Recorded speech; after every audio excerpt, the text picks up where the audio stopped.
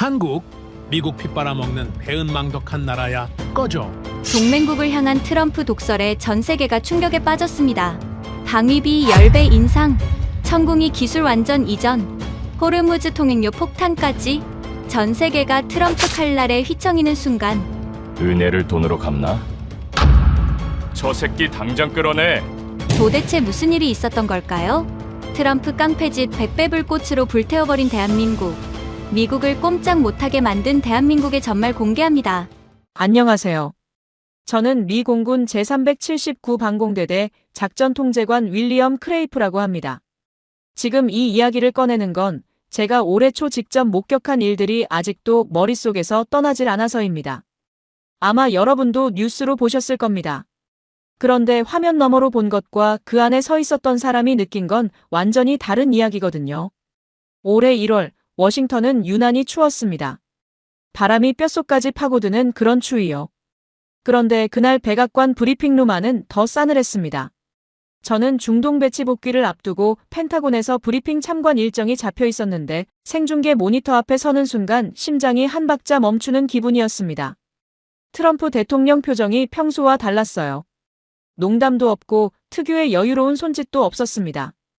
카메라를 정면으로 응시하더니 첫 문장을 내뱉었습니다. 중동 전쟁으로 전 세계적으로 욕먹고 있으니 어쩔 수 없는 일이었죠. 그런데 대통령은 충격적인 발언을 뱉어냈습니다. 대한민국은 미국의 젊은 피를 착취해온 배은망덕한 나라입니다. 무슨 소리지? 브리핑룸이 순간 진공 상태가 됐습니다. 기자들의 키보드 소리마저 멈췄어요. 저는 그 문장이 귀를 통과하는데 2, 3초쯤 걸렸던 것 같습니다. 착취, 배은망덕. 그 단어들이 혀끝에서 맴돌았습니다. 70년 동맹국을 향해 저런 표현을 쓰는 걸 군 복무 22년 만에 처음 들었거든요. 그런데 트럼프 대통령은 거기서 멈추지 않았습니다. 주한미군 단계적 철수, 방위비 분담금 10배 인상을 공식 선언했습니다. 화면 아래 속보 자막이 줄줄이 깔렸고 제 옆에 서 있던 국방부 수석 전략가 마이클이 고개를 천천히 끄덕이는 게 보였습니다. 당연한 수순이지. 마이클은 낮은 목소리로 그렇게 중얼거렸습니다. 저와 마이클은 웨스트포인트 동기였습니다. 머리가 비상하고 숫자에 강한 친구였죠. 그는 오래전부터 한국을 이렇게 정의하고 있었습니다. 안보 무임승차국. 미국의 우산 아래서 경제적 이익만 챙기는 나라. 저도 솔직히 그때까지는 마이클의 논리에 반박할 근거가 없다고 생각했습니다. 윌리엄, 자네 다음 주 아루데이드 복귀하지. 그렇습니다. 중동기지 내 한국산 장비 철수 지시가 곧 내려올 거야. 자네 대대에 배치된 한국산 요격체계도 포함이니까 미리 알고 있어. 담담한 어조였습니다. 마치 낡은 사무용품 반납 절차를 안내하듯이요. 그런데 이상하게도 그 말이 가슴 한편에 걸렸습니다. 제가 3년째 그 장비 옆에서 근무하고 있었거든요. 한국이 중동에 파견한 천궁2 요격체계. 저는 그 시스템의 실제 작동을 눈앞에서 본 사람이었습니다. 여러분, 어떤 물건을 오래 곁에 두면 그게 얼마나 대단한 건지 잊어버릴 때가 있잖아요. 매일 숨쉬는 공기의 소중함을 모르는 것처럼요. 저한테 천궁은 그런 존재였습니다. 며칠 뒤 저는 아루데이드 기지로 복귀했습니다. 중동의 건조한 바람이 활주로를 훑고 지나갔고 기지 한편에 주둔해 있는 한국군 요격부대가 눈에 들어왔습니다. 철수 명령이 이미 하달된 상태였습니다. 보통이라면 짐을 싸고 있어야 정상이었죠. 그런데 이상한 광경이 보였습니다. 한국군 병사들이 발사대 앞에 줄지어 서 있었습니다. 짐을 싸는 게 아니었어요. 장비 점검을 하고 있었습니다. 한 명이 무릎을 꿇고 발사관 하부 볼트를 토크렌치로 조이고 있었고 옆에서 다른 병사가 체크리스트를 읽어주고 있었습니다. 사막의 자외선이 내리쬐는 40도 가까운 열기 속에서요. 저는 걸음을 멈추고 한참을 지켜봤습니다. 이해가 안 됐거든요. 내일이면 본국으로 돌아갈 장비입니다. 어차피 분해해서 컨테이너에 실을 건데 왜 저걸 지금 점검하는 겁니까? 한국군 지휘관이 제 시선을 알아챘는지 다가왔습니다. 계급장을 보니 중령이었습니다. 혹시 불편하신 점이 있으십니까? 아닙니다. 다만 궁금한 게 있어서요. 철수 준비 중이시라고 들었는데 장비 점검을 왜 지금 하시는 겁니까? 중령은 잠시 제 눈을 바라보더니 아주 담담하게 대답했습니다. 떠나는 순간까지 이 하늘은 저희 책임이니까요. 한 문장이었습니다. 길지도 않았고 목소리를 높이지도 않았습니다. 그런데 그 한마디가 사막의 열기보다 뜨겁게 가슴을 관통했습니다. 저는 아무 말도 못하고 서 있었습니다. 돌아서는데 발사대 아래에서 볼트를 조이던 병사의 손이 보였습니다. 장갑 사이로 드러난 손가락이 벌겋게 부어 있었어요. 사막의 뜨거운 금속을 맨손에 가깝게 만지면서도 그 병사는 눈 하나 깜짝하지 않고 다음 볼트로 손을 옮겼습니다. 그날 밤 숙소로 돌아와서 침대에 누웠는데 잠이 오질 않았습니다. 워싱턴에서 들은 말이 계속 떠올랐거든요. 배은망덕, 무임승차. 그 단어들과 오늘 제가 목격한 장면 사이에 도저히 메울 수 없는 간극이 있었습니다. 그리고 한국 정부의 공식 성명이 발표됐습니다. 모든 뉴스 채널이 한국의 격렬한 반발을 예상했죠. 저도 그랬습니다. 외교적 수사라도 날카로운 한마디가 나올 거라고요. 그런데 성명은 단 한 줄이었습니다. 동맹의 가치는 계산서에 있지 않습니다. 그게 전부였습니다. 반박도 없고 항의도 없고 협박은 더더욱 없었습니다. 마이클은 코웃음을 쳤습니다. 할 말이 없으니까 저런 추상적인 문장으로 도망치는 거라고요. 펜타곤 내부에서도 대부분 같은 반응이었습니다. 한국이 결국 꼬리를 내렸다고. 그런데 저는 달랐습니다. 사막에서 본 그 장면이 자꾸 겹쳐졌거든요. 내일 떠날 장비에 나사를 조이던 그 손. 떠나는 순간까지 이 하늘은 저희 책임이라던 그 목소리. 그리고 계산서에 있지 않다는 그 한 줄의 성명. 저는 그때 처음으로 불안해졌습니다. 우리가 뭔가 거대한 걸 잘못 읽고 있는 건 아닌가 하는 설명할 수 없는 불안이었습니다. 전장에서 20년 넘게 살아남은 사람의 직감이라고 해야 할까요? 상대가 소리를 지를 때는 두렵지 않습니다. 진짜 무서운 건 맞고도 침묵하는 쪽이거든요. 여러분은 어떻게 생각하십니까? 모욕을 당하고도 한마디 하지 않는 사람이 정말 할 말이 없어서 침묵하는 걸까요? 저는 곧 그 답을 온몸으로 알게 됩니다. 그로부터 얼마 지나지 않아 그날이 왔습니다. 새벽 3시였습니다. 아루데이드 기지의 밤은 원래 고요합니다. 사막의 어둠이란 게 도시에서 상상하는 것과는 차원이 다르거든요. 소리도 빛도 삼켜버리는 그런 종류의 정적이요. 저는 작전 통제실에서 야간 교대 근무를 하고 있었습니다. 모니터 6대가 반원형으로 제 앞에 늘어서 있었고 레이더 화면 위로 평소와 다름없는 초록색 점들이 천천히 회전하고 있었습니다. 그런데 3시 12분 화면 하나가 깜빡였습니다. 처음엔 단순 노이즈라고 생각했습니다. 사막 지역은 모래 입자가 전파를 산란시켜서 가끔 유령 신호가 뜨거든요. 그래서 저는 리셋 버튼에 손을 올렸습니다. 습관적인 동작이었죠. 그런데 화면이 돌아오지 않았습니다. 한 대가 아니었어요. 2대, 3대, 4대. 모니터가 순서대로 꺼지기 시작했습니다. 마치 누군가 복도 끝에서부터 전등을 하나씩 끄는 것처럼. 통제관님, 북서쪽 레이더 피드 끊겼습니다. 옆자리 부사관의 목소리가 떨리고 있었습니다. 저는 바로 중앙지휘부에 연락을 시도했습니다. 통신망도 먹통이었습니다. 위성 링크, 데이터 링크, 전술 통신망. 전부 다요. 그때 기지 경보가 울렸습니다. 그 소리를 어떻게 설명해야 할까요? 22년 군 생활 동안 훈련에서 수백 번 들은 소리인데 실전에서 들으니 완전히 다른 소리였습니다.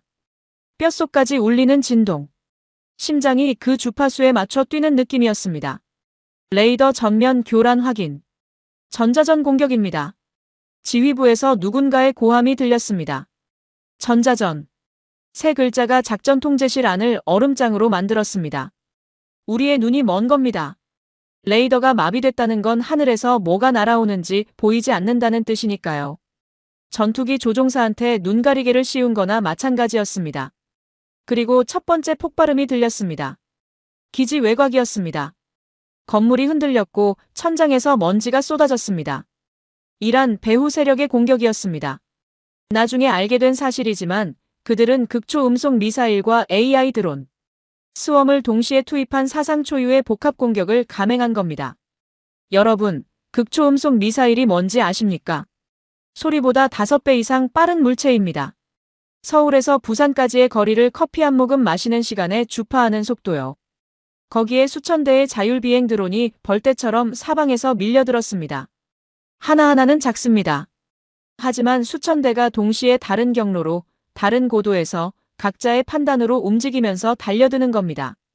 이건 기존 전쟁의 문법이 아니었습니다. 패트리엇이 있었습니다. 팩3, 세계 최강이라 불리는 미국의 방공 시스템이요. 사드도 있었습니다. 고고도 미사일 방어 체계. 미국이 자랑하는 철벽 방패들이죠. 저는 그것들을 신뢰하고 있었습니다. 아니, 신뢰가 아니라 맹신에 가까웠다고 해야 정확합니다. 패트리엇 포대 지휘관이 비상 채널로 소리쳤습니다. 사격 통제 레이더 먹통이다. 수동 전환해. 수동 전환 불가. 소프트웨어가 응답하지 않습니다. 불가. 그 단어가 전술 통신망을 타고 퍼지는 순간 작전 통제실 안의 공기가 바뀌었습니다. 제 옆에 부사관이 매뉴얼을 꺼냈습니다. 두께가 손바닥만 한 비상 복구 매뉴얼이요. 페이지를 넘기는 손이 떨리고 있었습니다. 섹션 7A-3 레이더 소프트웨어 수동 리부트 절차. 첫 번째, 주 전원 차단 후 30초 대기. 두 번째, 보조 전원 투입 후 자가 진단 실행. 세 번째, 문제가 뭔지 아십니까? 그 매뉴얼은 이런 상황을 상정하고 만든 게 아니었습니다. 적이 전자전으로 소프트웨어 자체를 마비시키는 시나리오. 그런 건 매뉴얼 어디에도 없었습니다. 우리가 가진 건 15년 전에 작성된 복구 절차서였고 적이 던진 건 2026년형 사이버 무기였습니다.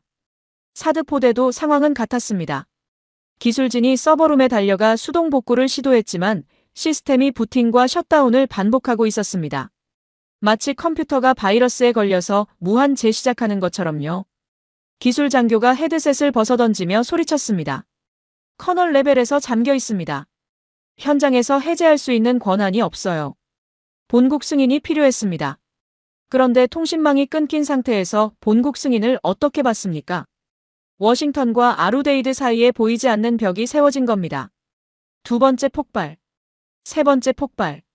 간격이 점점 좁아지고 있었습니다. 기지 외곽 방호벽이 무너지는 소리가 작전 통제실까지 들려왔습니다. 벽 너머에서 비명이 들렸고 부상자 후송 호출이 쏟아졌습니다. 저는 모니터를 바라봤습니다. 6대 전부 검은 화면이었습니다. 세계 최강이라는 미합 중국 공군의 작전 통제실이 지금 텅 빈 화면. 6개를 앞에 놓고 속수무책으로 앉아있는 겁니다. 골든타임이 지나가고 있었습니다. 요격 체계가 정상이라면 미사일 탐지에서 요격까지 걸리는 시간이 수초에서 수십 초입니다. 그런데 우리는 탐지조차 못하고 있었습니다. 눈을 감고 권투를 하는 거나 다름없었어요. 상대가 어디서 주먹을 날리는지 보이지 않는데 어떻게 막습니까? 기지 사령관의 목소리가 전 채널로 흘러나왔습니다. 현 시각부로 기지 내전 인원 지하 대피소로 이동하라. 반복한다. 전 인원 지하 대피소로 이동하라. 대피. 10,000명입니다. 아루데이드 기지에 주둔 중인 병력이 10,000명이었습니다. 그 10,000명이 방패 없이, 눈 없이 하늘에서 쏟아지는 철덩어리들 앞에 고스란히 노출된 겁니다. 저는 그 순간 다리에 힘이 풀리는 걸 느꼈습니다. 22년 만에 처음이었습니다. 복도를 달리면서 창밖을 봤습니다. 기지 상공에 뭔가가 보였습니다. 검은 점들이었어요. 수십, 수백 개의 작은 점들이 새벽 하늘의 별자리처럼 흩어져 있었습니다. 드론이었습니다. 소리도 거의 없었습니다. 그게 더 무서웠습니다. 폭격기가 굉음을 내며 날아오면 공포라도 형태가 있잖아요.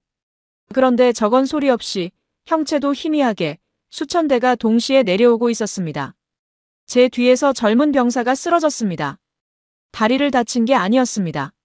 공포에 질린 겁니다. 20살도 안 된 얼굴이었어요. 저는 그 아이의 팔을 잡고 일으켰습니다. 아이의 눈이 젖어 있었습니다. 통제관님, 우리 죽는 겁니까?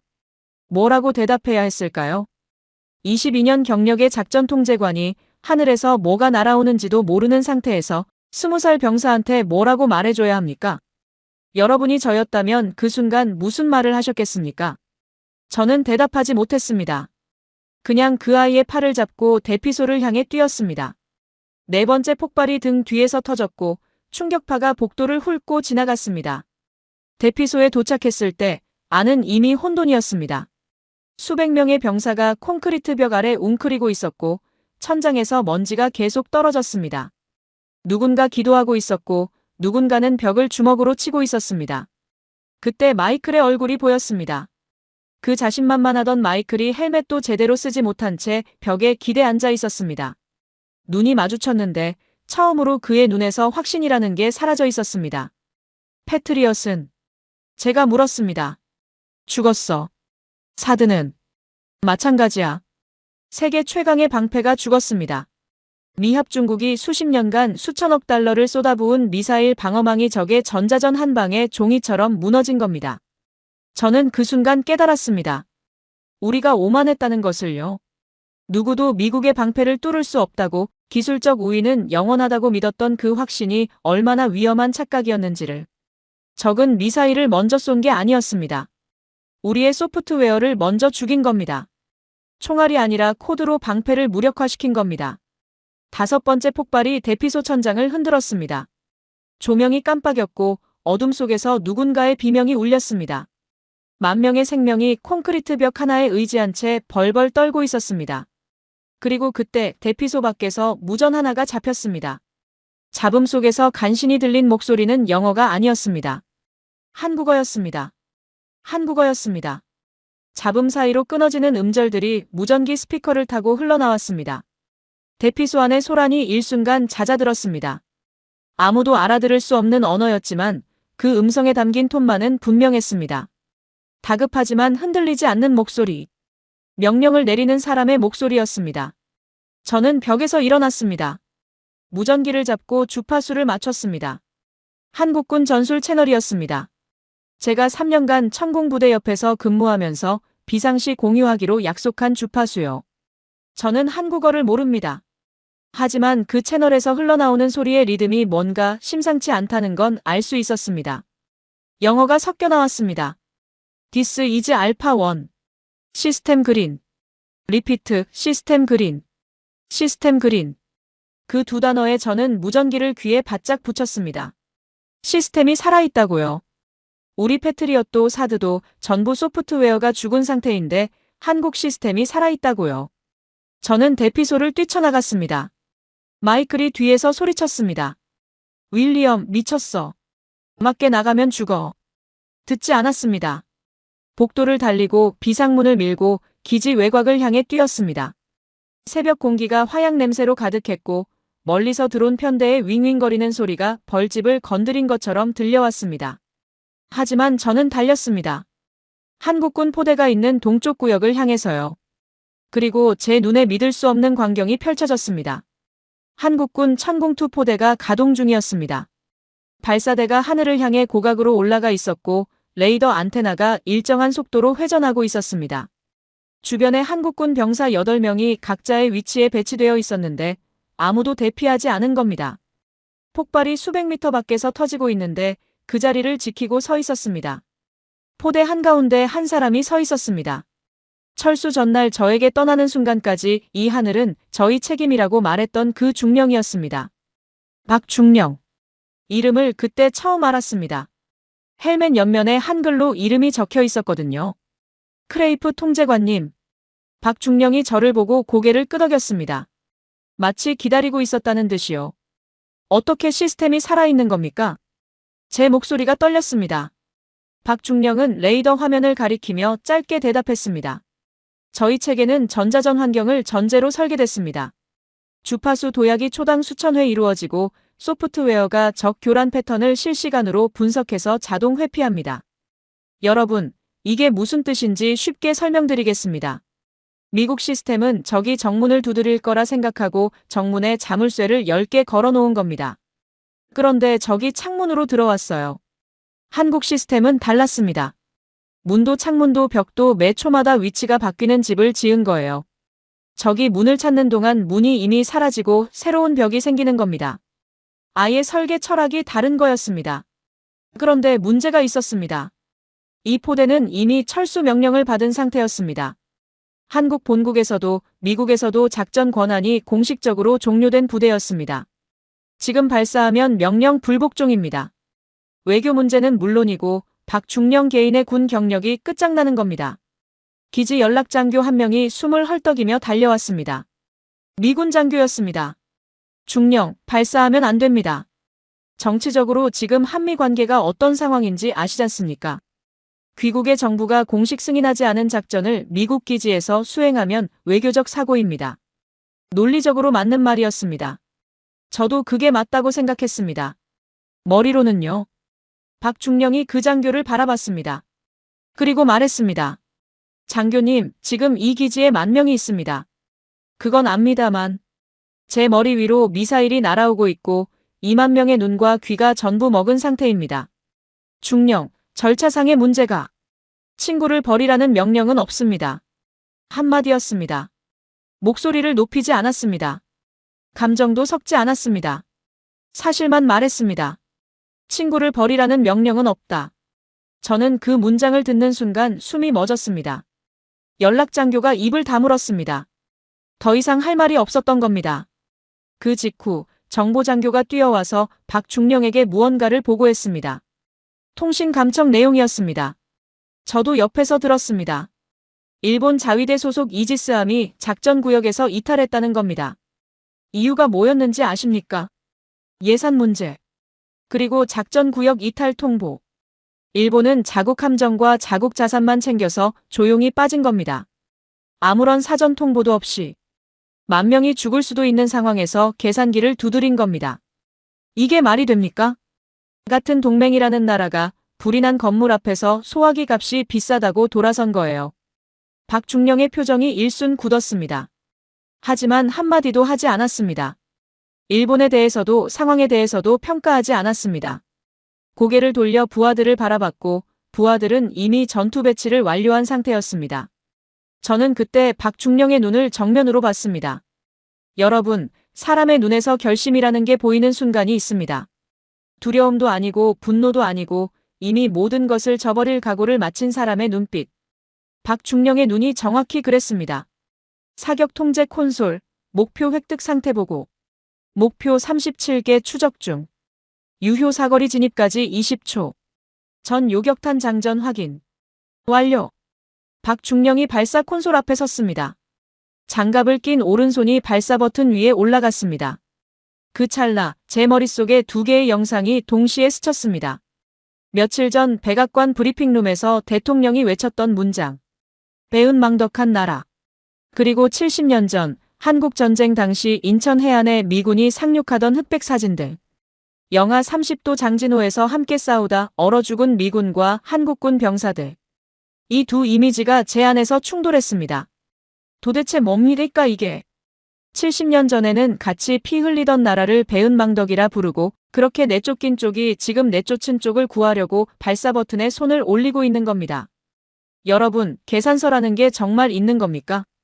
동맹이라는 건 결국 숫자로 정산되는 거래인 겁니까? 그렇다면 지금 이 사람은 뭡니까? 이 사람의 행동은 어떤 계산서에 적히는 겁니까? 박중령의 입술이 움직였습니다. 발사. 그리고 사막의 밤하늘이 갈라졌습니다. 천공투 요격탄이 발사관을 이탈하는 순간 세상이 나처럼 밝아졌습니다. 흰색 연기 기둥이 발사대에서 하늘로 솟구쳤고 굉음이 대지를 흔들었습니다. 한 발이 아니었습니다. 연속으로 4발, 5발, 6발이 간격을 두고 하늘을 향해 치솟았습니다. 저는 고개를 들어 그 궤적을 바라봤습니다. 흰 선들이 새벽 어둠을 가르며 사방으로 퍼져나갔습니다. 마치 어둠 속에서 누군가가 칼로 하늘을 찢는 것 같았습니다. 그리고 상공에서 첫 번째 섬광이 터졌습니다. 요격이었습니다. 요격이었습니다. 상공 수천 미터에서 주황빛 불꽃이 피어올랐습니다. 그리고 두 번째, 세 번째, 네 번째. 밤하늘에 꽃이 피듯 섬광이 연달아 터졌습니다. 저는 고개를 젖힌 채 그 광경을 올려다봤습니다. 입이 벌어진 채로요. 기지 통신망이 완전히 죽은 상태였지만 한국군 포대의 자체 레이더 화면은 살아있었습니다. 박중령이 저를 콘솔 옆으로 불렀습니다. 화면에 초록색 점과 붉은 점이 있었습니다.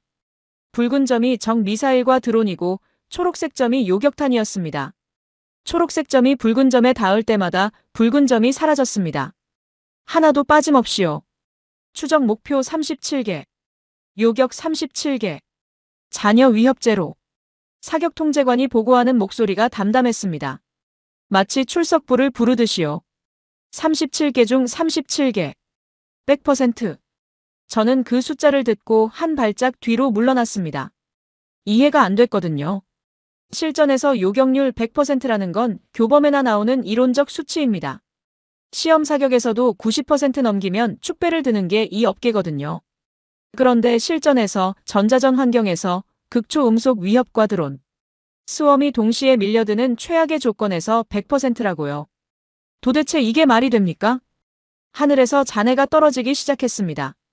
격추된 드론의 파편이 기지 외곽 사막에 비처럼 쏟아졌습니다.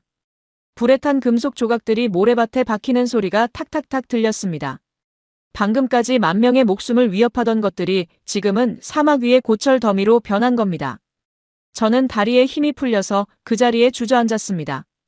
그런데 이상하게도 한국군 병사들은 아무도 앉지 않았습니다. 여전히 자기 위치에 서서 레이더를 주시하고 있었어요. 끝난 게 아니라는 듯이. 아니, 끝났다는 확인이 날 때까지 자세를 풀지 않겠다는 거였습니다. 두 번째 파상 공격이 왔습니다. 이번엔 규모가 더 컸습니다. 적도 천궁의 존재를 파악한 겁니다. 요격당했으니 물량으로 밀어붙이겠다는 거였죠. 레이더 화면에 붉은 점이 폭포수처럼 쏟아졌습니다. 사격 통제관의 목소리가 처음으로 한 톤 올라갔습니다. 목표 재탐지. 신규 위협 52개. 드론 편대 포함. 52개. 저는 속으로 계산했습니다. 남은 요격탄 수와 날아오는 미사일 수를. 숫자가 맞지 않았습니다. 부족했습니다. 그런데 박중령이 사격 통제관에게 지시한 내용이 저를 멈추게 했습니다. 멀티 인터셉트 모드 전환. 단일 요격탄으로 군지 표적 동시 교전. 하나의 요격탄이 여러 개의 표적을 동시에 처리한다고요. 저는 귀를 의심했습니다. 우리 패트리엇은 하나의 요격탄이 하나의 표적을 쫓는 방식입니다. 그게 상식이었어요. 총알 하나에 관역 하나. 당연한 거 아닙니까? 그런데 한국 시스템은 총알 하나로 관역 3개를 동시에 맞추겠다는 겁니다. 발사됐습니다. 요격탄이 상승하더니 공중에서 궤도를 미세하게 수정하면서 밀집한 드론 편대 한가운데로 돌진했습니다. 그리고 폭발. 단 한 발의 요격탄이 만들어낸 파편장이 반경 수십 미터의 드론들을 동시에 쓸어버렸습니다. 하늘에서 불꽃이 부채꼴로 퍼졌고 드론 잔해가 우수수 떨어졌습니다. 이걸 보고 있던 제 옆에 미군 기술 장교가 헬멧을 벗었습니다. 땀에 젖은 머리카락 사이로 얼이 빠진 표정이 드러났습니다. 이건 우리가 가진 어떤 시스템에도 없는 기능인데요. 없었습니다. 미합 중국 전체 무기체계 어디에도 저런 건 없었습니다. 저는 3년간 이 시스템 옆에 있으면서 저 능력을 몰랐던 겁니다. 매일 옆에 있었으면서요. 공기의 소중함을 몰랐다는 제 비유가 이렇게 정확하게 돌아올 줄은 몰랐습니다. 세 번째 파상 공격. 네 번째 파상 공격. 적은 미쳤다는 듯이 모든 걸 쏟아부었습니다. 천궁은 한 발도 놓치지 않았습니다. 밤하늘이 쉬지 않고 밝아졌다 어두워지기를 반복했고 기지 외곽의 사막은 적자내로 뒤덮였습니다. 나중에 집계한 수치가 이랬습니다. 총 요격시도 123회. 성공 123회. 요격률 100%. 제가 숫자에 밝은 사람은 아닙니다. 하지만 이건 알 수 있었습니다. 천궁 요격탄 한 발의 가격이 대략 한국 돈으로 15억 원 정도입니다. 적지 않은 돈이죠. 그런데 그 한 발이 지킨 게 뭔지 아십니까? 기지 경납고에 있던 F-35 스텔스 전투기만 100여 대입니다. 한 대 가격이 1,000억 원이 넘습니다. 거기에 F-22, 공중급류기, 조기경보기까지 합치면 자산 가치만 수조 원입니다. 15억으로 수조 원을 살렸습니다. 100배가 넘는 가치를 지킨 겁니다. 그런데 여러분, 그게 끝이 아닙니다. 그 수조 원짜리 장비들보다 더 값진 게 있었습니다. 10,000명의 생명이요. 10,000명의 아버지, 아들, 남편, 형제가 오늘 밤 살아남은 겁니다. 이걸 돈으로 환산할 수 있습니까? 계산서에 적을 수 있습니까? 전투가 끝나고 동이 터올 무렵, 저는 기지 한편의 벤치에 앉아 있었습니다. 온몸에 힘이 빠져서 손가락 하나 움직이기 싫었습니다. 그때 마이클이 다가왔습니다. 아까 대피소에서 벽에 기대 앉아 있던 그 마이클이요. 제 옆에 말없이 앉더니 한참을 침묵했습니다. 윌리엄. 응. 안보 무임승차라고 내가 그랬지. 저는 대답하지 않았습니다. 틀렸어. 마이클이 그 말을 내뱉는데 목소리가 갈라졌습니다. 웨스트포인트에서 수석 졸업하고 펜타곤에서 가장 냉철하다는 소리를 듣던 사람의 목소리가요. 그리고 한참 뒤에 한국에서 소식 하나가 날아왔습니다. 박중령의 독자 교전 결정에 대한 한국 국방부의 공식 입장이었습니다. 징계가 내려질 거라고 다들 예상했습니다. 명령 체계를 무시한 건 어느 군대에서든 중죄니까요. 한국 국방부의 발표는 이랬습니다. 현장 지휘관의 판단을 존중한다. 그 한 줄이었습니다. 징계도 없고 문책도 없었습니다. 나라 전체가 박중령의 등을 밀어준 겁니다. 그날 저녁 저는 혼자서 기지 도서관에 들어갔습니다. 뭔가를 찾고 싶었습니다. 한국이라는 나라가 어떻게 이 기술을 가지게 됐는지가 궁금했거든요. 데이터베이스를 뒤지다가 오래된 기사 하나를 찾았습니다. 1970년대 한국은 프랑스에 핵 관련 기술 협력을 요청한 적이 있었습니다. 결과가 어땠는지 아십니까? 거절당했습니다. 미국의 압력 때문이었습니다. 한국은 스스로의 힘으로 하늘을 지킬 무기를 갖고 싶었지만 강대국들의 논리에 막혀 번번이 좌절한 겁니다. 그 이후로 50년이 넘는 세월 동안 한국의 기술자들은 아무도 도와주지 않는 환경에서 이 시스템을 만들어낸 겁니다. 기사 옆에 낡은 사진 한 장이 첨부되어 있었습니다. 1975년 한국국방과학연구소의 젊은 연구원들이 허름한 연구실에서 찍은 단체 사진이었습니다. 맨 앞줄에 안경을 쓴 청년이 서 있었는데 기사에는 그가 현재 백발의 원로 과학자로서 천공체계의 초기 설계에 참여했다고 적혀 있었습니다. 그리고 그 기사의 마지막 문단에 이런 내용이 있었습니다. 최근 한 인터뷰에서 그 노학자가 오래된 일기장을 꺼내 보이며 말했다고요. 프랑스가 거절했을 때 저는 일기에 이렇게 썼습니다. 우리는 반드시 스스로 해내야 한다고. 50년이 걸렸습니다. 이제야 우리는 스스로를 지킵니다. 저는 모니터 앞에서 한참 동안 움직이지 못했습니다. 50년입니다. 50년 동안 이 사람들은 이를 악물고 혼자서 이 길을 걸어온 겁니다. 도와주는 나라 하나 없이. 아니, 도와주기는커녕 막는 나라들 사이에서요. 여러분, 우리가 뭐라고 했습니까? 배은망덕이라고 했습니다. 무임승차라고 했습니다. 그런데 오늘 밤 10,000명의 미군을 구한 건 그 배은망덕한 나라의 무임승차한다던 나라의 기술이었습니다. 50년 동안 아무도 안 도와준 환경에서 스스로 만들어낸 기술이었습니다. 70년 전 미국이 한국 전쟁에서 흘린 피. 그 은혜를 한국은 잊지 않았습니다. 잊지 않은 정도가 아니라 100배로 돌려준 겁니다. 15억짜리 미사일로 수조 원의 자산과 10,000명의 생명을 지켜서. 계산서가 그렇게 중요하다면 이 계산서는 어떻습니까?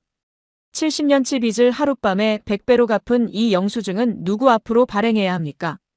기지 밖으로 나왔을 때 동쪽 하늘이 파랗게 밝아오고 있었습니다. 어젯밤 불꽃과 연기로 가득했던 하늘이 맑게 개어 있었습니다. 한국군 병사들이 포대 옆에서 아침 점호를 하고 있었습니다. 밤새 잠도 못 자고 전투를 치른 사람들이 군복의 먼지를 털고 다시 줄을 맞추고 서 있었습니다. 박중령이 병사들 앞에 서서 뭔가를 말하고 있었습니다. 한국어라 알아들을 수 없었지만 병사들이 일제히 고개를 숙여 인사하는 게 보였습니다. 아침 햇살이 그 사람들의 어깨 위로 내려앉았고 사막바람이 태극기를 펄럭이게 했습니다. 저는 그 장면을 한참 동안 서서 바라봤습니다. 그리고 처음으로 생각했습니다. 블루 스카이. 저 파란 하늘을 지킨 건 세계 최강의 미국이 아니었습니다. 모욕당하고 내쫓기고 배은망덕이라 불린 나라가 지킨 겁니다. 그날 오후 기지에 묘한 정적이 흘렀습니다. 전투의 잔해가 채 치워지지도 않았는데 정치의 톱니바퀴는 이미 돌아가고 있었거든요. 저는 기지 사령부 통신실 복구 작업을 지원하고 있었습니다.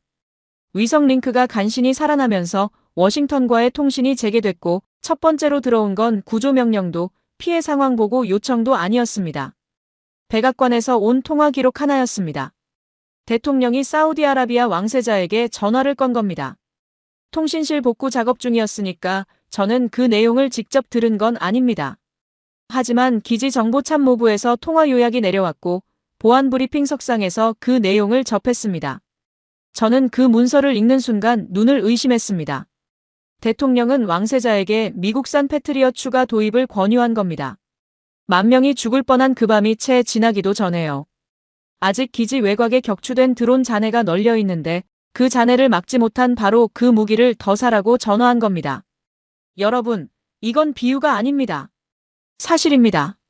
환자가 수술대 위에서 심정지가 왔는데 응급처치에 실패한 의사가 보호자한테 전화해서 같은 병원 진료권을 더 사라고 한 거나 마찬가지예요. 통화 내용의 핵심은 이랬습니다. 대통령은 이번 공격이 중동 안보 환경의 변화를 증명하는 것이며 사우디가 방공망을 강화하려면 미국의 최신 패트리엇 팩3 MSE 업그레이드가 필수적이라고 역설한 겁니다. 가격은 기존 대비 30% 인상된 조건이었습니다. 며칠 전까지 동맹을 배은망덕이라 부르던 입으로 이번엔 장사를 한 겁니다. 왕세자의 반응이 어땠는지 아십니까? 사우디 외교 채널을 통해 비공식적으로 전해진 내용에 따르면 왕세자는 대통령의 제안을 듣고 30초간 침묵했다고 합니다. 그리고 한마디를 했습니다. 대통령 각하, 어젯밤 제 친구들의 목숨을 지킨 건 당신의 무기가 아니었습니다. 그게 끝이 아니었습니다. 당신의 무기는 입으로 싸웁니다. 한국의 무기는 불꽃으로 증명했습니다. 장사꾼의 무기는 필요 없습니다. 전화가 끊겼다고 합니다. 왕세자 쪽에서 먼저 끊은 겁니다. 사우디 왕가가 미국 대통령의 전화를 일방적으로 끊는 일이 중동 외교사에서 있었는지 저는 모릅니다. 아마 전례가 없을 겁니다. 이 소식이 기지 내에 퍼지는 데는 1시간도 걸리지 않았습니다. 장교들 사이에서 술렁임이 시작됐고 마이클은 브리핑룸 의자에 앉은 채 두 손으로 얼굴을 감싸고 있었습니다. 마이클, 괜찮아. 괜찮을 리가 있나. 그는 손가락 사이로 저를 봤습니다. 윌리엄, 우리가 30년간 쌓아 올린 중동 방산 시장이 하룻밤에 무너졌어. 과장이 아니었습니다. 이틀 뒤 사우디 국방부가 공식 발표를 했거든요. 기지 내 미군 연락사무소로 통보가 왔고 저는 그 문서를 직접 봤습니다. 대한민국과의 방위산업 포괄 협력 협정. 규모가 50조 원이었습니다. 천공체계를 포함한 한국산 방공 시스템 전면 도입, 미사일 공동 개발, 기술 이전 패키지까지 묶인 종신 계약이었습니다. 종신이라는 단어가 계약서에 들어간 겁니다. 보통 방산 계약은 5년, 10년 단위로 갱신하거든요. 그런데 사우디는 기한을 정하지 않았습니다. 이 동맹은 끝이 없다는 선언이었습니다. 50조 원. 이 숫자가 어느 정도인지 감이 오십니까? 한국 국방 예산 1년치에 맞먹는 금액입니다. 그걸 한 번의 계약으로 써낸 겁니다. 소식은 사우디에서 끝나지 않았습니다. 아랍에미리트가 움직였습니다. 이틀 만에 천공체계 도입 의향서를 보냈습니다. 카타르가 뒤따랐습니다. 쿠웨이트, 오만, 바레인. 걸프협력회의 6개국 중 5개국이 일주일 안에 한국 국방부에 연락을 취한 겁니다. 중동 전체가 한국을 향해 손을 내밀었습니다. 그리고 유럽이 반응했습니다. 폴란드가 기존에 계약했던 한국산 K2 전차와 K9 자주포 물량을 2배로 늘리겠다고 발표했습니다. 노르웨이가 천공체계 공동평가를 제안했습니다. 인도가 기술협력회담을 요청했습니다. 마이클이 브리핑룸에서 이 보고서들을 한 장씩 넘기고 있었습니다.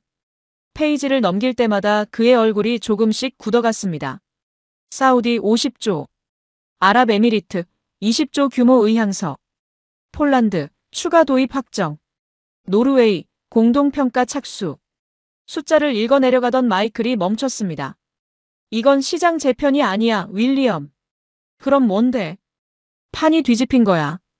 방산 시장이라는 게 여러분이 생각하시는 것보다 훨씬 보수적인 세계입니다. 한번 거래선을 잡으면 수십 년을 끌고 가거든요. 호환성 문제도 있고 군수 보급 체계를 통째로 바꿔야 하니까요. 그래서 미국산 무기를 쓰는 나라는 계속 미국산을 사고 러시아산을 쓰는 나라는 러시아산을 사는 겁니다. 그 관성이 얼마나 강하냐면 성능이 좀 떨어져도 기존 거래선을 유지하는 게 보통입니다. 그런데 그 관성이 하룻밤에 깨진 겁니다. 미국산 패트리엇이 실전에서 먹통이 된 장면을 전 세계가 봤고 같은 전장에서 한국산 천공이 100% 요격률을 찍는 장면을 전 세계가 봤습니다. 방산 시장에서 가장 강력한 영업 자료가 뭔지 아십니까? 광고가 아닙니다. 카탈로그가 아닙니다. 실전 데이터입니다. 한국은 그날 밤 가장 완벽한 영업을 한 겁니다. 한 발도 빗나가지 않는 영업을요. 그날 저녁 기지 내 장교 식당에서 이상한 장면을 목격했습니다. 미군 장교 대여섯 명이 한쪽 테이블에 모여 앉아 뭔가를 열띠게 논의하고 있었는데 그 대화의 주제가 한국 무기 체계의 기술 사양이었습니다. 불과 며칠 전까지 한국산 장비를 철수시키라던 그 사람들이 지금 한국 무기의 스펙을 공부하고 있는 겁니다. 세계는 그렇게 움직입니다. 어제의 적이 오늘의 파트너가 되고 어제의 파트너가 오늘 문 밖에 서는 겁니다. 냉정하죠. 하지만 그 냉정함의 기준이 바뀐 겁니다. 예전에는 누가 가장 크고 비싼 무기를 가졌느냐가 기준이었습니다. 이제는 누가 실제로 목숨을 지켜주느냐가 기준이 된 겁니다. 그리고 저는 한 가지를 깨달았습니다. 사우디 왕세자가 한국을 선택한 건 단순히 성능 때문만이 아니었다는 걸요. 왕세자가 전화를 끊기 전에 마지막으로 한 말이 있었습니다. 한국은 돈을 받기 전에 먼저 피를 흘렸습니다. 그런 나라의 무기를 삽니다. 여러분, 여기서 질문 하나 드리겠습니다. 무기를 산다는 건 단순히 철 덩어리를 구매하는 행위입니까? 아닙니다. 내 가족의 목숨을 맡기는 겁니다. 내 나라의 하늘을 넘기는 겁니다. 그런 결정을 할 때 카탈로그 위에 숫자를 보겠습니까? 아니면 불이 났을 때 누가 뛰어들었는지를 보겠습니까? 한국은 뛰어든 쪽이었습니다. 돈을 받기 전에, 계약서를 쓰기 전에 명령도 없이 뛰어든 겁니다. 박중령은 50조 원을 벌려고 발사 버튼을 누른 게 아닙니다. 만 명의 친구가 죽을 수 없으니까 누른 겁니다. 결과적으로 한국은 하룻밤에 세계 방산 시장의 판도를 뒤집었습니다. 사우디 50조, 아랍에미리트 20조 규모 의향, 폴란드 추가 도입, 노르웨이 공동평가, 인도 기술 협력. 숫자를 다 합치면 100조 원이 넘는 시장이 한국 앞에 열린 겁니다. 미국이 30년간 독점하던 시장이요. 마이클은 그날 밤 숙소에서 저한테 이렇게 말했습니다. 우리는 무기를 팔았어. 한국은 신뢰를 팔았어. 승부가 안 되는 거였어. 저는 창밖을 바라봤습니다. 기지 동쪽 구역에 한국군 천공포대의 조명이 여전히 켜져 있었습니다. 철수 명령을 받은 부대가 아직 그 자리를 지키고 있었습니다. 아무도 떠나라고 하지 않았고 아무도 남으라고 하지 않았습니다. 그냥 거기 있었습니다. 조용히. 장사꾼은 계산서를 들이밀고 전우는 등을 내줍니다. 세계는 그 차이를 하룻밤에 알아본 겁니다. 그 후 일주일은 세계가 뒤집히는 시간이었습니다. 아루데이드 기지의 전투 영상이 유출된 건 공격 3일 후였습니다. 누군가가 기지 감시 카메라 영상을 외부로 빼돌린 겁니다. 미군 패트리엇 화면이 검게 꺼진 장면, 대피소에서 웅크린 병사들의 모습, 그리고 한국군 천공포대에서 요격탄이 솟구치는 장면이 편집 없이 그대로 인터넷에 풀렸습니다. 24시간 만에 조회수 3억을 찍었습니다. 세계가 그 영상을 봤습니다. 그리고 폴란드가 먼저 입을 열었습니다. 바르샤바 구시가지 광장이었습니다. 폴란드 대통령이 임시 연단에 올랐고 광장을 가득 메운 시민 수만 명이 그를 올려다보고 있었습니다. 저는 기지 브리핑룸에서 생중계로 그 장면을 봤습니다. 폴란드 대통령은 연단 위에서 잠시 침묵하더니 주머니에서 종이 한 장을 꺼냈습니다. 그 종이에 영어 단어 하나가 크게 적혀 있었습니다. Ungrateful. 그가 그 종이를 카메라 앞에 들어 보였습니다. 몇 주 전 미국의 대통령은 대한민국을 이 단어로 불렀습니다. 배은망덕하다고요. 광장이 조용해졌습니다. 그리고 며칠 전 그 배은망덕한 나라가 만 명의 미국 청년들을 구했습니다. 쫓겨나면서도 하늘을 지켰습니다. 비난받으면서도 발사 버튼을 눌렀습니다. 대통령의 목소리가 높아졌습니다. 만약 이것이 배은망덕이라면 폴란드는 배은망덕을 배우고 싶습니다. 광장에서 함성이 터졌습니다. 브리핑룸에서 중계를 보던 미군 장교 10여 명이 아무 말도 하지 못했습니다. 저도 마찬가지였습니다. 동맹국의 수장이 공개석상에서 미국 대통령을 정면으로 비판하는 장면을 실시간으로 보고 있었으니까요. 폴란드 대통령은 거기서 멈추지 않았습니다. 미국은 70년간 동맹이라는 이름으로 우리에게 무기를 팔았습니다. 보호가 아니라 거래였습니다. 한국은 철수 명령을 받고도 남았습니다. 이것이 진짜 동맹입니다. 그리고 발표 하나를 덧붙였습니다. 폴란드는 한국산 천공체계의 도입을 공식 검토하겠다고요. 유럽 나토 회원국 중 최초였습니다. 독일이 반응했습니다. 프랑스가 뒤따랐습니다. 체코, 루마니아, 노르웨이. 일주일 사이에 나토 회원국 7개국이 한국 방공 시스템에 대한 기술 평가를 요청한 겁니다. 유럽 전체가 움직인 겁니다. 미국의 뒷마당이라 불리던 유럽 방산 시장에서요. 그 와중에 또 하나의 영상이 터졌습니다. 외신 기자가 촬영한 영상이었는데 공격 당일 모래폭풍이 기지를 덮쳤을 때의 장면이었습니다. 저는 그때 대피소에 있어서 몰랐던 장면입니다. 영상 속에서 기지 서쪽 구역에 주둔하고 있던 일본 자위대 기술진이 보였습니다. 모래폭풍이 시작되자 그들은 장비에 방수포를 덮고 대피소로 뛰어갔습니다. 한 기술자가 카메라를 향해 소리쳤습니다. 매뉴얼에 모래폭풍 시 5궤 가동 항목이 없습니다. 규정상 작업 중단입니다. 매뉴얼에 없다. 규정상 중단이다. 논리적으로 틀린 말은 아닙니다. 일본은 규정의 나라니까요. 매뉴얼에 기록된 것만 하는 게 그들의 방식이었습니다. 그런데 같은 시각, 같은 모래폭풍 속에서 찍힌 영상이 바로 이어졌습니다. 한국군 기술진이 방독면을 쓰고 모래를 뚫고 있었습니다. 시야가 5m도 확보되지 않는 황갈색 지옥 속에서 고글과 방독면으로 얼굴을 감싼 한국 병사 4명이 천궁 발사대 옆에 무릎을 꿇고 있었습니다. 한 명이 손전등을 비추고 한 명이 회로 기판을 점검하고 한 명이 공구를 건네고 한 명이 무전으로 상태를 보고하고 있었습니다. 모래가 얼굴을 때리는데 아무도 일어서지 않았습니다. 두 영상이 나란히 편집되어 퍼졌습니다. 왼쪽에 대피소로 뛰어가는 일본 기술진, 오른쪽에 모래폭풍 속에서 장비를 수리하는 한국 기술진.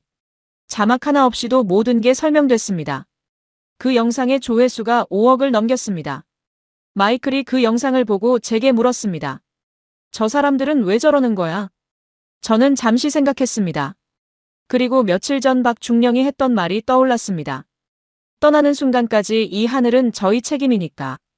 그게 답이었습니다. 매뉴얼에 있어서가 아니라 책임이니까 하는 겁니다. 규정이 시켜서가 아니라 사람이 하는 겁니다. 저는 그때 한국이라는 나라의 군대가 어떤 철학으로 움직이는지를 비로소 이해하기 시작했습니다. 이건 시스템의 차이가 아니었습니다. 사람의 차이였습니다. 그리고 결정타가 날아왔습니다. 아루데이드 기지에서 생존한 미군 10,000명 중 8,700명이 서명한 탄원서가 백악관에 제출됐습니다.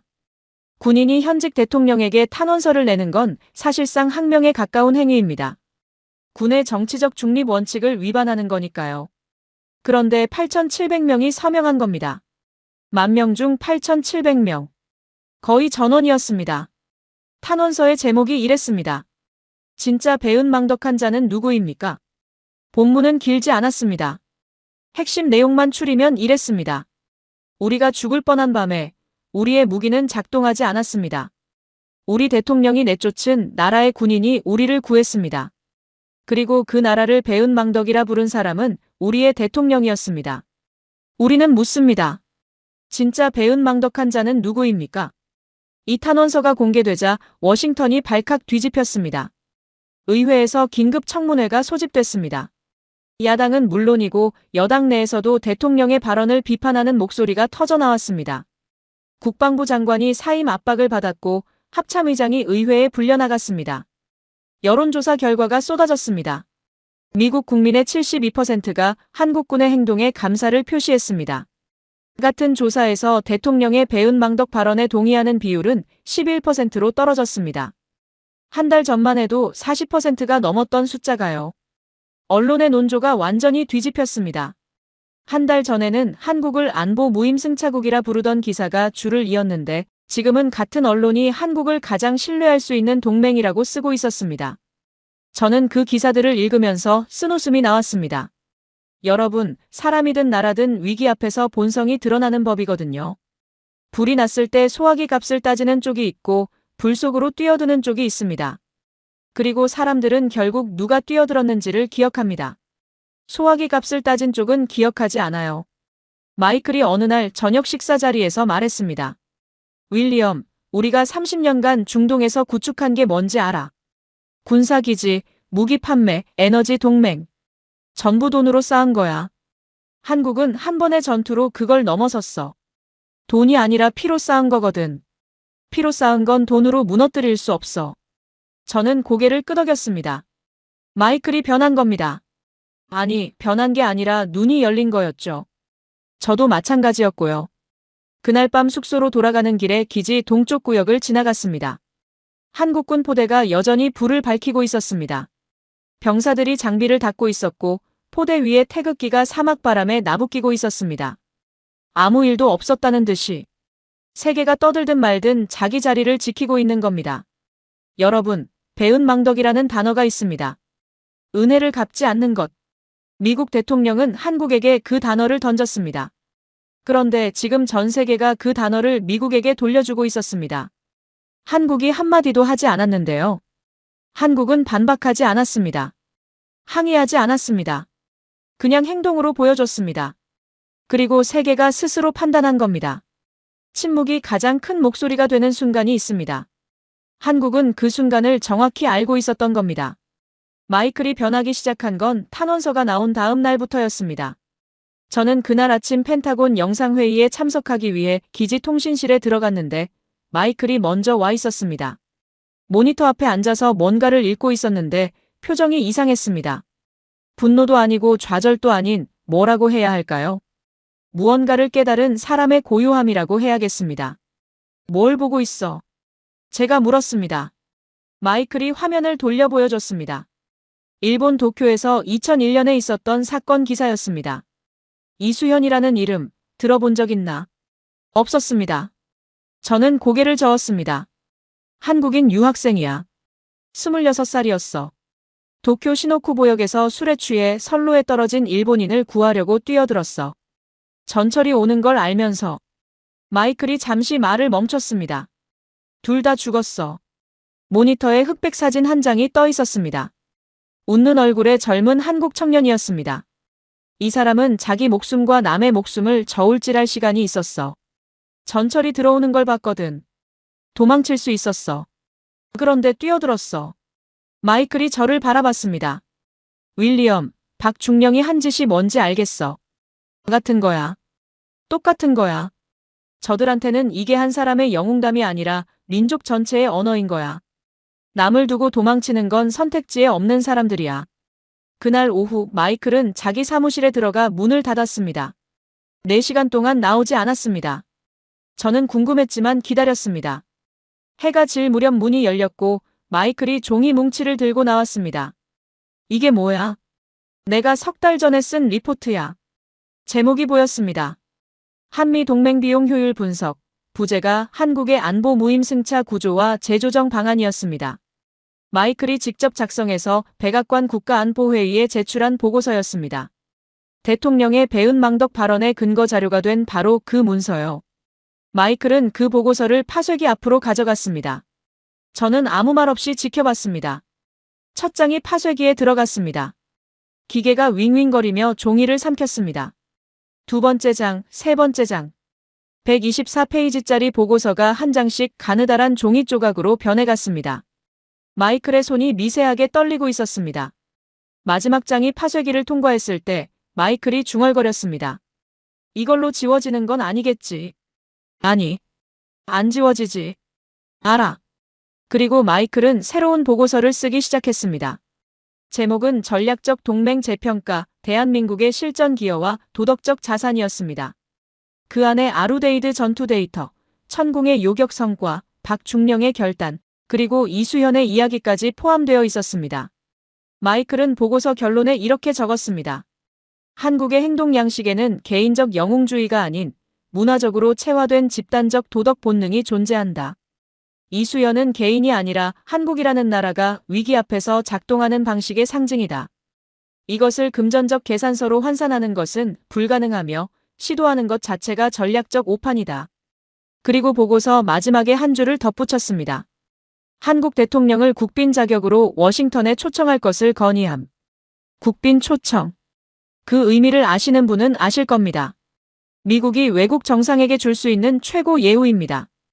21발의 예포, 백악관 만찬, 의회 합동 연설 기회. 그걸 마이클이 건의한 겁니다. 3달 전에 한국을 무임승차국이라 규정했던 바로 그 사람이요.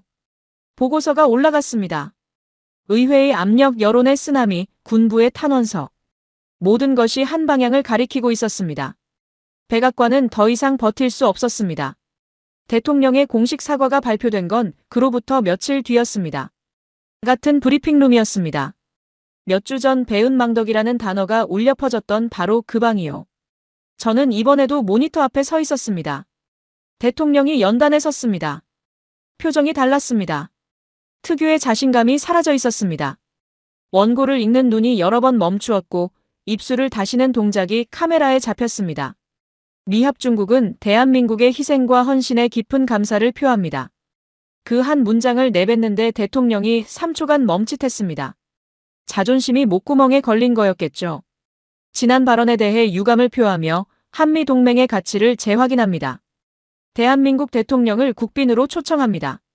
브리핑룸이 카메라 셔터 소리로 가득 찼습니다. 역사적인 순간이었습니다. 미국 대통령이 동맹국에 공개적으로 사과한 사례가 몇 번이나 있었겠습니까?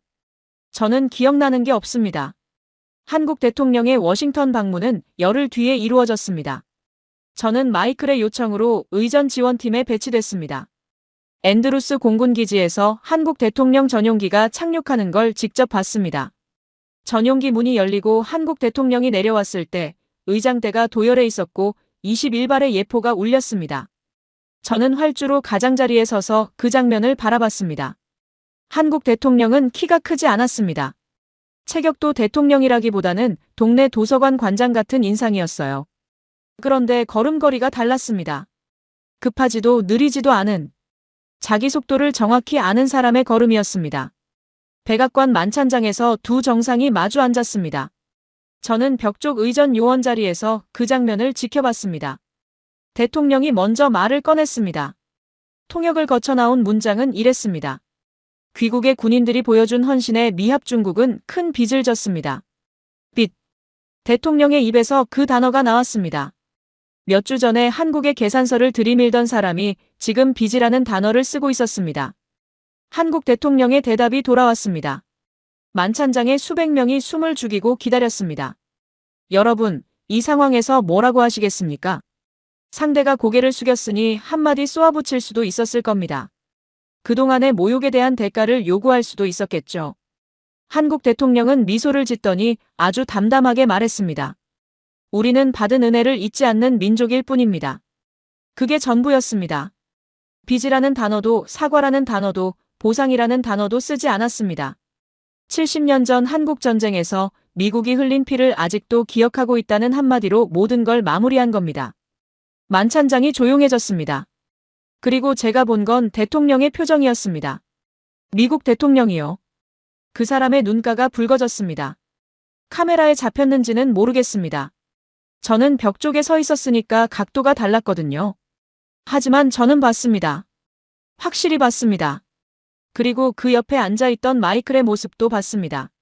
마이클은 고개를 숙이고 있었습니다. 테이블 아래에서 두 손을 꽉 쥐고 있었습니다. 어깨가 미세하게 떨리고 있었습니다. 웨스트포인트 수석 졸업생, 펜타곤 최고의 전략가라는 사람이 만찬장. 한 구석에서 고개를 숙인 채 어깨를 떨고 있었습니다. 저도 벽에 기대선 채 눈을 감았습니다. 몇 주 전 사막에서 본 장면들이 주마등처럼 스쳤습니다. 40도 열기 속에서 볼트를 조이던 한국 병사의 부은 손가락. 모래폭풍 속에서 방독면을 쓰고 장비를 수리하던 기술진의 등. 친구를 버리라는 명령은 없다던 박중령의 눈빛. 그리고 50년 동안 일기장에 스스로 해내야 한다고 적었던 백발 노학자의 떨리는 목소리. 이 모든 게 하나로 연결되어 있었습니다. 한국이라는 나라를 관통하는 하나의 문장. 받은 은혜를 잊지 않는다.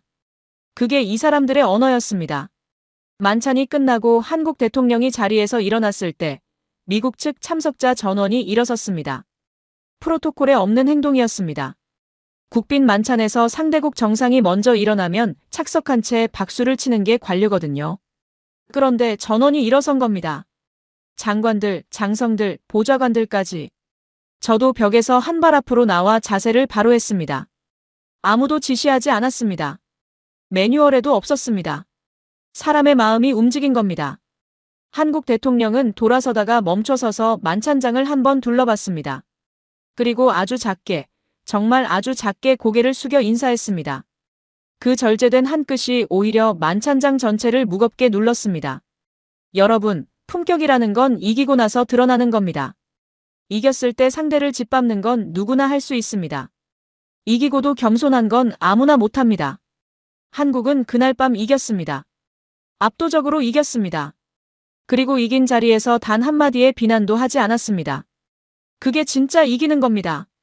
그로부터 한 달 뒤, 저는 워싱턴에 있었습니다. 펜타곤 복귀 발령을 받은 건 국빈 만찬 직후였습니다. 마이클의 추천이었습니다. 한미방위 협력 재구축 태스크포스에 실무 경험자가 필요하다는 명목이었는데 솔직히 말하면 마이클이 제 옆에 사막에서 함께 있었던 사람을 두고 싶었던 거라고 생각합니다. 그 밤을 직접 겪은 사람이 아니면 설명할 수 없는 것들이 있으니까요. 워싱턴의 봄은 벚꽃이 유명합니다. 포토맥 강변을 따라 분홍빛 꽃잎이 바람에 날리는 풍경이요. 그런데 올해 봄, 워싱턴에는 벚꽃 말고 하나가 더 있었습니다. 포토맥강 건너편 알링턴 고지대에 천궁2 포대가 배치된 겁니다. 미합 중국 본토에 외국 방공 체계가 배치된 건 건국 250년 역사상 처음이었습니다.